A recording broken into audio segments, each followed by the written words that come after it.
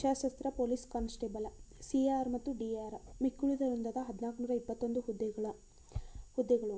ಬೆಂಗಳೂರು ನಗರಕ್ಕೆ 949 ಹುದ್ದೆಗಳ ವರ್ಗೀಕರಣವನ್ನು ನೀಡಿದ್ದಾರೆ. ಯಾವ್ಯಾವ ಕೆಟಗರಿಗೆ ಎಷ್ಟೆಷ್ಟು ಹುದ್ದೆಗಳ ವರ್ಗೀಕರಣವನ್ನು ಮಾಡಿದ್ದಾರೆ ಅಂತ ಹೇಳಿ ನಾವು ಈಗ ತಿಳ್ಕೊಳ್ಳೋಣ. ಇಲ್ಲಿ ವರ್ಗಗಳನ್ನ ಕೊಟ್ಟಿದ್ದಾರೆ. ಇತರರು ಮತ್ತು ಗ್ರಾಮೀಣ ಅಭ್ಯರ್ಥಿಗಳು, ಮಾಜಿ ಸೈನಿಕರು ಮತ್ತು ಕನ್ನಡ ಮಾಧ್ಯಮದ ವ್ಯಾಸಂಗ ಮಾಡಿದ ಅಭ್ಯರ್ಥಿಗಳು, ಯೋಜನೆಗಳಿಂದ ನಿರ್ವಸಿತರಾದ ಅಭ್ಯರ್ಥಿಗಳು ಮತ್ತು ಒಟ್ಟು ಹುದ್ದೆಗಳ ಸಂಖ್ಯೆ. ಬೆಂಗಳೂರಿಗೆ ಏನಂತಂದರೆ ಟೋಟಲ್ 949 ಹುದ್ದೆಗಳು ಅಂತಂದರೆ 939 ಹುದ್ದೆಗಳು ಪ್ಲಸ್ ಏನಂತಂದರೆ 10 ಹುದ್ದೆಗಳು ಅದಾವೆ. ಟೋಟಲ್ 949 ಹುದ್ದೆಗಳು ಅದಾವೆ. ಸಾಮಾನ್ಯ ಅರ್ಹತೆ ಪಡ್ಕೊಂಡವರಿಗೆ ಅಂದರೆ ಜನರಲ್ ಮೆರಿಟ್ ಇರೋರಿಗೆ 262 ಪೋಸ್ಟ್ಗಳು ಏನಂತಂದರೆ ಅದರ್ಸ್ ಒಳಗಡೆ ಇದ್ದಾವೆ. ಗ್ರಾಮೀಣ ಅಭ್ಯರ್ಥಿಗಳಿಗೆ 119, ಮಾಜಿ ಸೈನಿಕರಿಗೆ 47, ಕನ್ನಡ ಮಾಧ್ಯಮ ವ್ಯಾಸಂಗ ಮಾಡಿದವರಿಗೆ ಏನಂತಂದರೆ 24, ಆಮೇಲೆ ಯೋಜನೆಗಳಿಂದ ನಿರ್ವಸಿತರಾದ ಅಭ್ಯರ್ಥಿಗಳಿಗೆ 23. ಟೋಟಲ್ 475 ಪೋಸ್ಟ್ಗಳು ಏನಂತಂದರೆ ಅತಿ ಹೆಚ್ಚು ಪೋಸ್ಟ್ಗಳು ಏನಂತಂದರೆ GM ಅಲ್ಲಿ ಏನಂದರೆ ಅತಿ ಹೆಚ್ಚು ಪೋಸ್ಟ್ಗಳು ಏನಂತಂದರೆ ಬೆಂಗಳೂರು ನಗರಕ್ಕೆ ಇವೆ.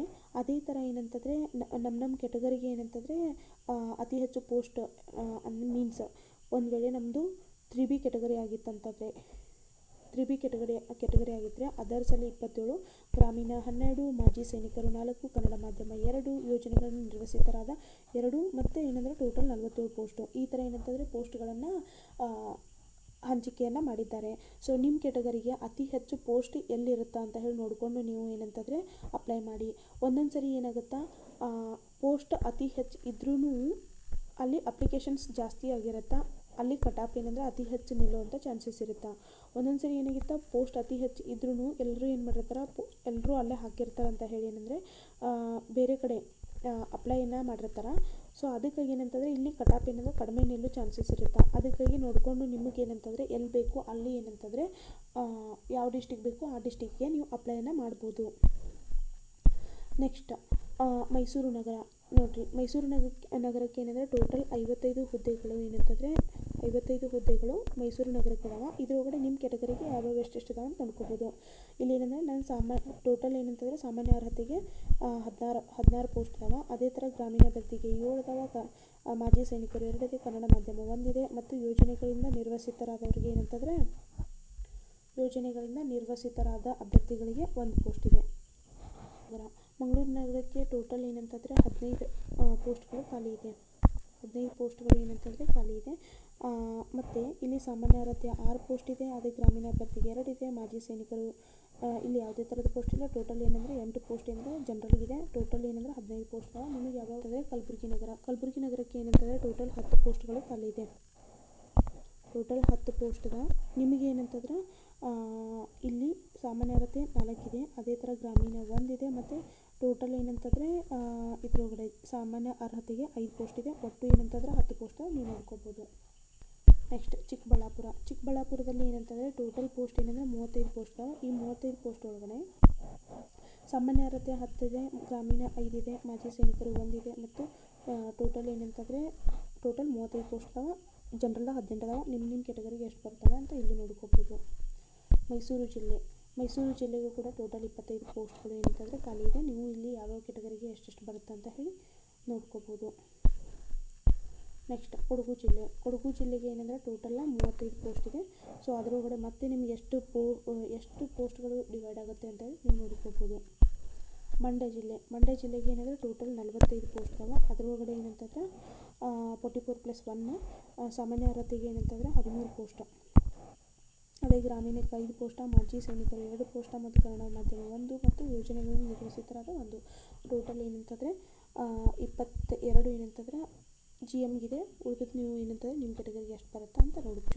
ಶಿವಮೊಗ್ಗಕ್ಕೆ ಏನಂತಂದರೆ ಟೋಟಲ್ 60 ಪೋಸ್ಟ್ ಇದಾವೆ. 60 ಪೋಸ್ಟ್ ಒಳಗಡೆ ಮತ್ತೆ ಡಿವೈಡ್ ಆಗಿರುತ್ತೆ. ನಿಮ್ಮ ಕೆಟಗರಿಗೆ ಎಷ್ಟು ಬರ್ತಾವೆ ನೋಡ್ಕೊಳ್ಳಿ. ಸಾಮಾನ್ಯದಾಗ 17, ಗ್ರಾಮೀಣ 8 ಇದೆ, ಮಾಜಿ ಸೈನಿಕರು 3 ಇದೆ, ಕನ್ನಡ ಮಾಧ್ಯಮ 1 ಇದೆ ಮತ್ತು ಯೋಜನೆ ನಿರ್ವಹಿಸುತ್ತಿರೋದಕ್ಕೆ 1 ಇದೆ.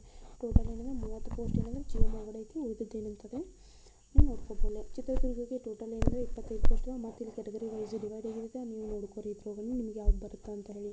ಸಾಮಾನ್ಯ ಅರ್ಹತೆ ಪಡ್ಕೊಂಡವ್ರಿಗೆ ಏನಂದರೆ ಅದರ್ಸ್ ಒಳಗಡೆ 8 ಇದೆ, ಗ್ರಾಮೀಣ 4 ಇದೆ, ಮಾಜಿ ಸೈನಿಕರು 1 ಇದೆ, ಕನ್ನಡ ಮಾಧ್ಯಮದಲ್ಲಿ ಮತ್ತು ಯೋಜನೆಗಳನ್ನು ನಿರ್ವಹಿಸುತ್ತಾರಾದವರಿಗೆ ಏನಂದರೆ ಇಲ್ಲ. ನೆಕ್ಸ್ಟ್ ಬಂದುಬಿಟ್ಟು ಒಟ್ಟು ಟೋಟಲ್ ಏನಂದರೆ 13 ಪೋಸ್ಟ್ ಏನಂತಂದರೆ ಜಿ ಎಮ್ಗಿದೆ ಟೋಟಲ್ 25 ಪೋಸ್ಟ್ ಇದೆ.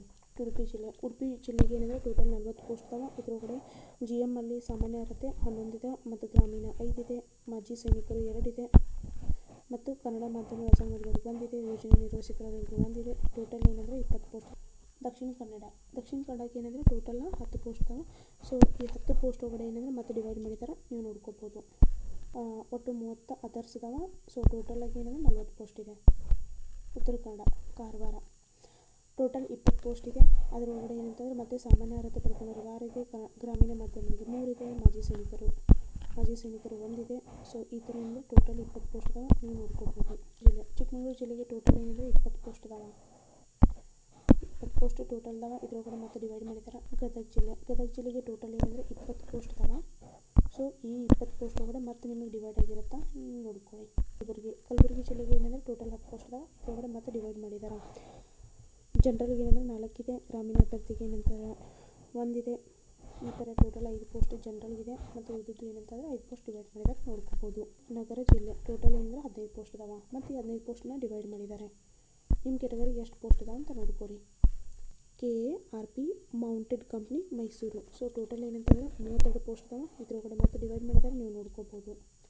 ಸೊ ಈ ಥರ ಏನಂತಂದರೆ ಹುದ್ದೆಗಳ ವರ್ಗೀಕರಣವನ್ನು CR ಮತ್ತು DR ಹುದ್ದೆಗಳ ಏನಂದರೆ ವರ್ಗೀಕರಣವನ್ನು ಮಾಡಿದ್ದಾರೆ. ನಿಮ್ಮ ಕೆಟಗರಿಗೆ ಯಾವ ಜಿಲ್ಲೆ ಒಳಗಡೆ ಅತಿ ಹೆಚ್ಚು ಪೋಸ್ಟ್ ಇದಾವೆ, ಯಾವ ಜಿಲ್ಲೆ ಒಳಗಡೆ ಕಡಿಮೆ ಪೋಸ್ಟ್ ಇದಾವೆ ನೋಡಿಕೊಂಡು ನೀವು ಅಪ್ಲೈ ಮಾಡ್ಬೋದು. ಸೊ ನಿಮಗೆ ಇನ್ನೂ ಈ ಥರದ ಇನ್ಫಾರ್ಮೇಷನ್ಗಳು ಬೇಕಾದರೆ ಆ್ಯನ್ ಅಸ್ಪೈರ್ ಅನ್ನುವಂಥ ಚಾನಲನ್ನು ಸಬ್ಸ್ಕ್ರೈಬ್ ಮಾಡಿ, ಶೇರ್ ಮಾಡಿ, ಕಮೆಂಟ್ ಮಾಡಿ. Thank you friends.